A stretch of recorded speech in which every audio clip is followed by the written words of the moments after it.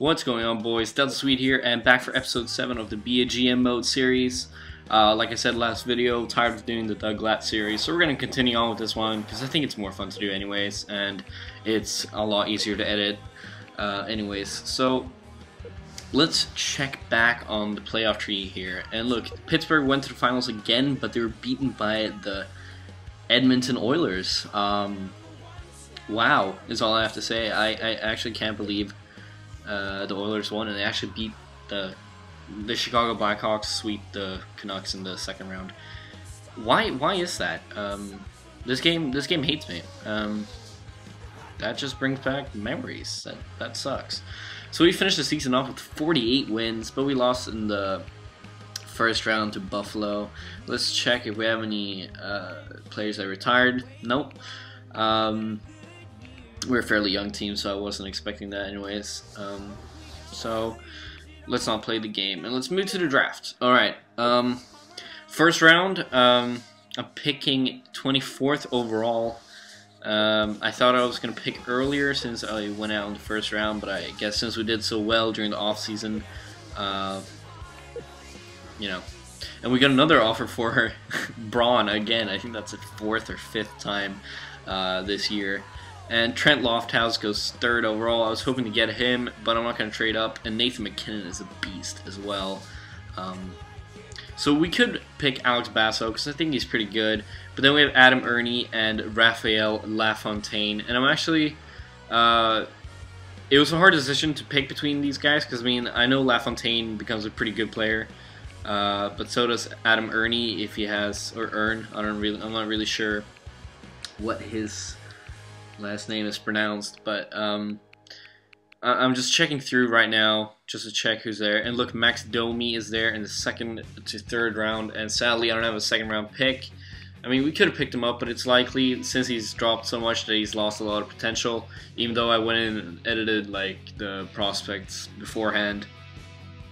And then we have some goalies here, which I'm not really high on drafting goalies because I think they take way too long to develop. I mean, it's like 5-6 years until they even get into a backup position probably. And I have Hoyle, I think his name is, no, Poulin, and I signed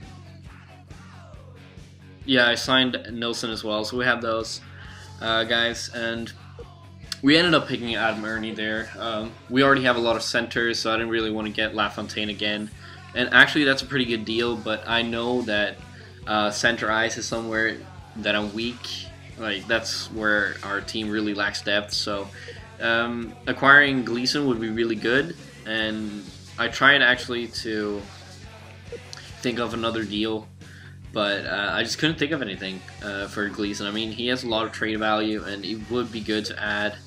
But, you know, so Ottawa calling, Chris Phillips for Nilsson. I mean, Chris Phillips is like 58 years old, so we're not going to get him.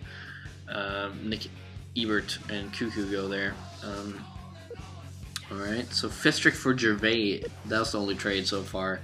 Unbelievable how little value Fistrick actually has. But Brent Peterson, pretty tall guy, 17 years old. I'm just checking them out. I'm checking the other players right now, but I ended up actually picking Peterson. I had a very bad draft, I have to say. A lot of the players had C in potential, which sucks. But I mean, last draft was really good. I got Walsh and got Chenyuk and Griffin Reinhardt, so that was a pretty good draft for us. And here I was actually just trying to get a trade going.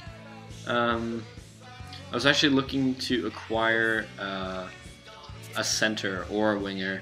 And if you remember, I think one of the last few videos, Chicago offered me Bickle.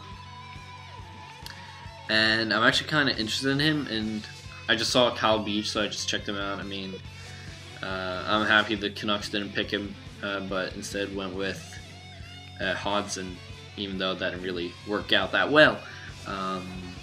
Yeah. So Bickle is 27 years old, 82 overall, and he has 1 year left on his contract. So I thought I could probably get him cheap. And since Chicago really want a defenseman, I'm gonna offer them Tony Lidman, who they can easily resign, but I guess not. I think that would have been a fair deal, but I guess not. They didn't feel that way. And in this round is really hard. I mean, it's really hard to find players past the third round, I think. But look who I found.